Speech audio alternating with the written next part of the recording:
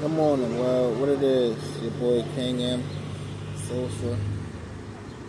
I want to talk about, first of all, good morning to everybody. Hope everybody's having a good morning so far. Hope you have a blessed day as well. If you like what I'm doing, like it, subscribe.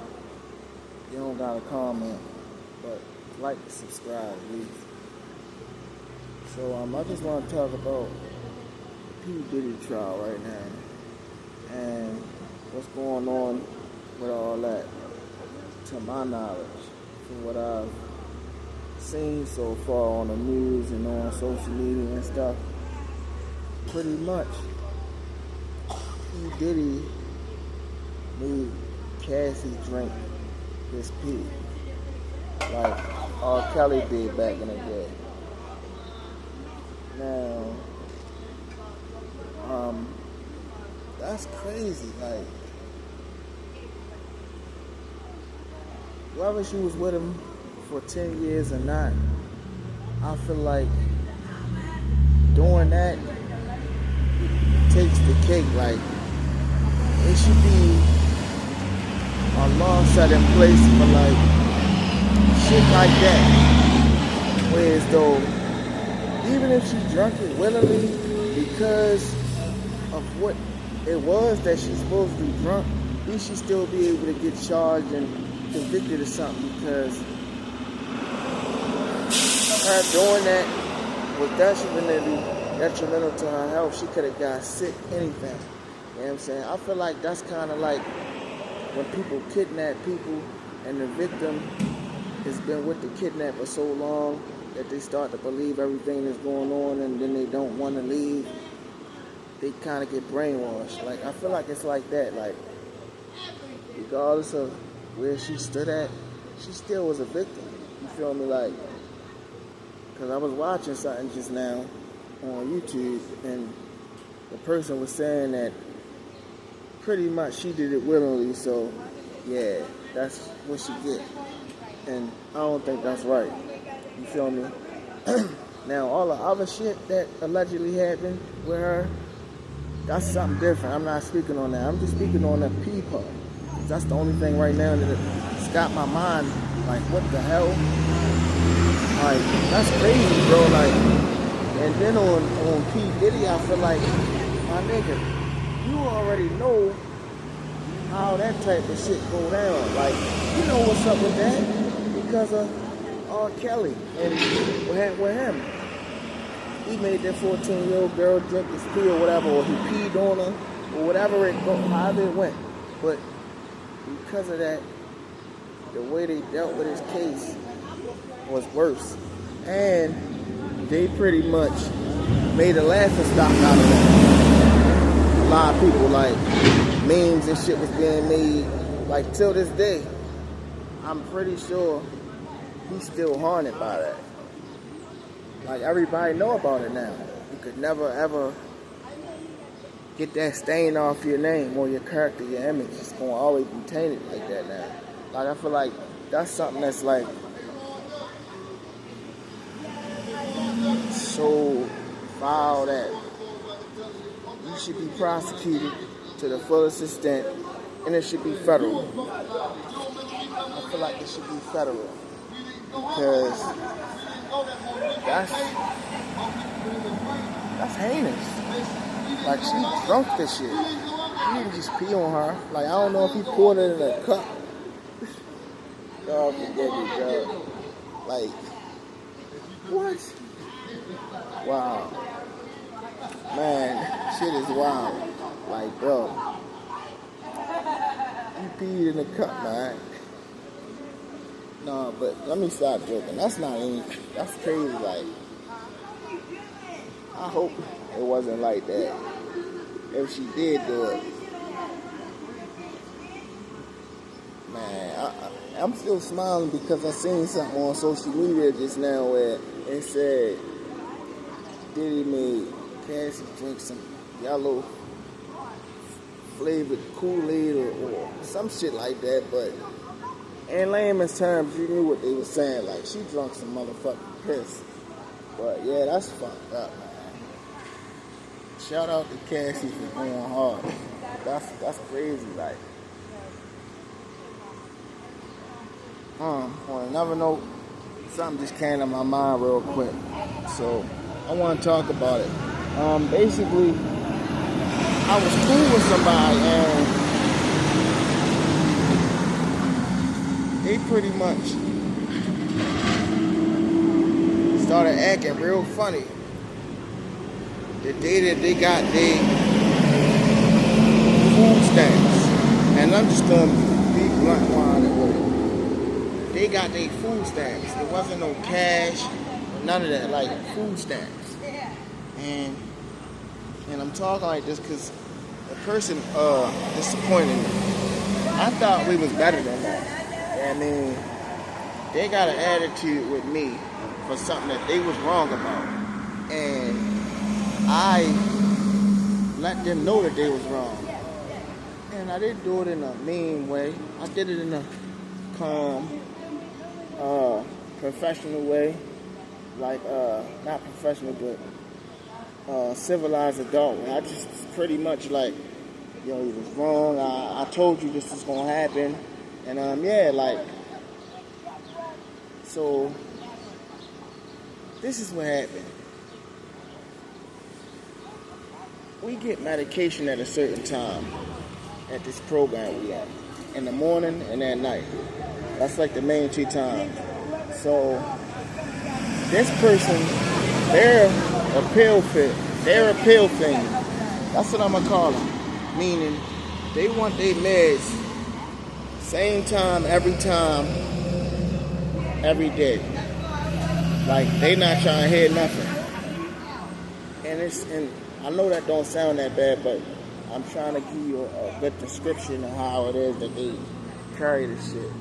As far as like the way they behave when it's time to get the meds.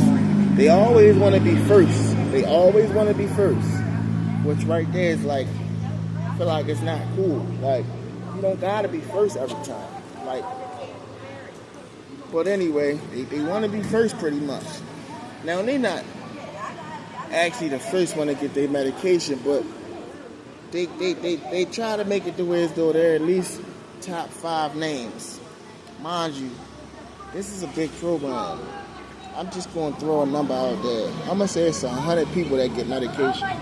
But it's a window. It's like an hour and a half time frame from when they start to when they finish. So everybody gets their meds at a decent time. The people that, like, it's this one old lady, they always put her first because of her situation. So, they make sure that the people that's supposed to get it first get it. Like if this person had a medical emergency that was that like serious that she needed to be first, they would make sure she get it first. But her case is not that severe, and she tries to make it sound like that because of her medical situation and what she's been through. For example, she'll be like, well, I had a heart attack before, so if I don't get my meds at this time and that time, I could die and this, that, and the third. And it's like, okay, you could die, but are you going to die? No. You haven't died yet. You're not going to die. See, whereas I even told the girl, if something happens to you, I'm going to make sure you get, like, I'm not going to sit here and just, like, let you go into a siege or let you have a heart attack and none of that shit. Like, I can look at you and tell if something, like, if you're having a medical emergency, I'm going to be able to tell. And pretty much told her that, but she was like, whatever, I ain't trying to hear it. Like, I want my way, and that's just what it is, pretty much. So, I'm like, okay, whatever. I'm your friend, so I'm going to still be here for you, even though you're wrong. So, some of the other people in the program, they start to catch on to how she is, and they start saying shit about it. So, one person in particular go to the staff. They actually go to the guy who does meds and tell him, hey, this girl is always trying to be first. She deliberately sits in this seat and she deliberately makes it an issue to make sure she gets on that first. Whether she tell the person who get it before her to write her name on there, like she's always trying to finesse the line. That's a better way for me to say. She be trying to finesse her position in the line. Scratch what I just said. She be trying to finesse her position. Yeah, okay, baby. Yeah. So no matter what happens, she's trying to finesse that position. And it ain't cool. So people called on, told staff. Staff found out. And what they did was they made sure because it's a medication clip, everybody got to sign. Pretty much, they made sure she got at the back of it. And even if she signed somewhere at the front, they would deliberately call her name towards the end of the line. And me and her were sitting to each other. Like I was sitting next to her. It's like a 2-seater couch. Basically, I started getting cool in the crosshairs. Meaning because I'm sitting near her and they know I'm cool with her, I'm getting my name called last too. And I understand why they did it. You know, they wasn't trying to be too direct because then it would have seemed like it was personal and it would have, you know, I don't think it would have worked out the way that it worked out. So, yeah, they made me go last too. So, this shit happened in like 3 days. The first day it happened, I said something to her about it, but I ain't even tripped. It was just like, yo. And the way I told her, it was like I was joking, but I was trying to let her know, like, yo, we fuck around be last because of your ass. You know what I mean? But I was like playing with it. That's not exactly what I said, but that's pretty much what I told her. And, you know, she, like, I know she heard me. I can't remember how she reacted towards it, but she heard it. So the second time it happened, now I'm mad. Now I tell her, I'm like, yo, you gotta calm down. All that whining and complaining and like, stop doing that. Please don't do that no more because now I'm suffering because of you. So she like pretty much whatever, and she's trying to make it seem like it's not her fault that we being called last. She tried to point fingers at somebody else, the girl who went and said something about it. So I'm trying to tell her, whether it's her fault or not, she only did that because of you.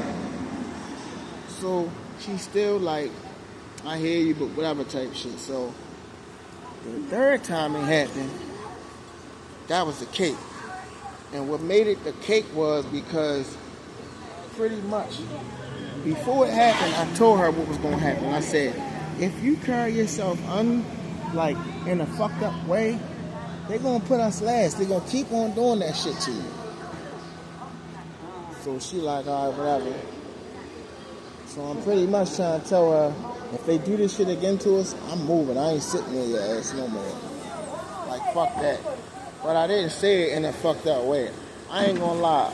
The type of person I am, I don't like drama. So even if I'm writing that person wrong, I still try to make them feel like I'm not trying to make them feel bad. You know, I'm not trying to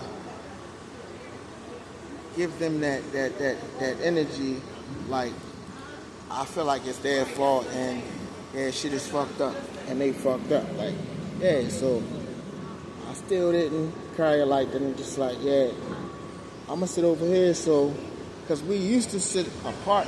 So, because people sign people's names. So what we would do is, I would sit over there, she would sit over there. So no matter where it went at, we both could be, you know, we'd still be able to get on the front. But they, because of her, they shut that down. They start saying, anybody sign anybody's name, we on you. So, I mean, long story short, it should happen again. She pretty much caught an attitude with me. And that's when I'm trying my best not to snap on this bitch. But after it happened the last time, I couldn't help it. Like, I didn't drag on her, but now I'm just venting out loud. But she's sitting next to me so she can hear me. I'm just like, man, fucking told this bitch. You feel me? Like, I ain't calling no bitch, but I'm like, yeah, man, fucking dumbass, you feel me? Like, I'm just talking crazy, and she know I'm talking about her, but she's so, man, look, we all know how women are, and this ain't no shade to y'all females, but y'all don't like taking accountability. That's just what it is. Niggas like flirtatious. A lot of guys be flirtatious, and it's just what it is, and it's not a good character trait, and y'all don't like taking accountability, which is not a good character trait for women. So, pretty much, she's not taking accountability. She's pointing a finger at this other dude about some whole other shit that don't got nothing to do with what's going on right now. And I'm not dumb. She doing this because she's not trying to bicker with me, because she know that I'm going to shut everything she's saying down, because it's nothing she can say. My whole defense was, we at the back of the line again, and it's all your fault. It's nothing she could say to combat that, because now we at the back of the line again. So all she could do was ignore me and fuss with y'all. And this shit was just sad, man, because, like, I don't know. I just be trying to help people too much. And I feel like Shorty didn't have no real friends and nobody liked her, so I was trying to befriend her and being nice, buying her shit out my food stamps every time I go to the store. Well, not every time, but sometimes. It wasn't a lot. She's an ice cream fanatic, so I would buy her a little pan of ice cream like every other time I go to the store. And them bitches add up. They $5. Like, nigga, I got food stamps because I don't got no job. I fucked up. You feel me? So, yeah.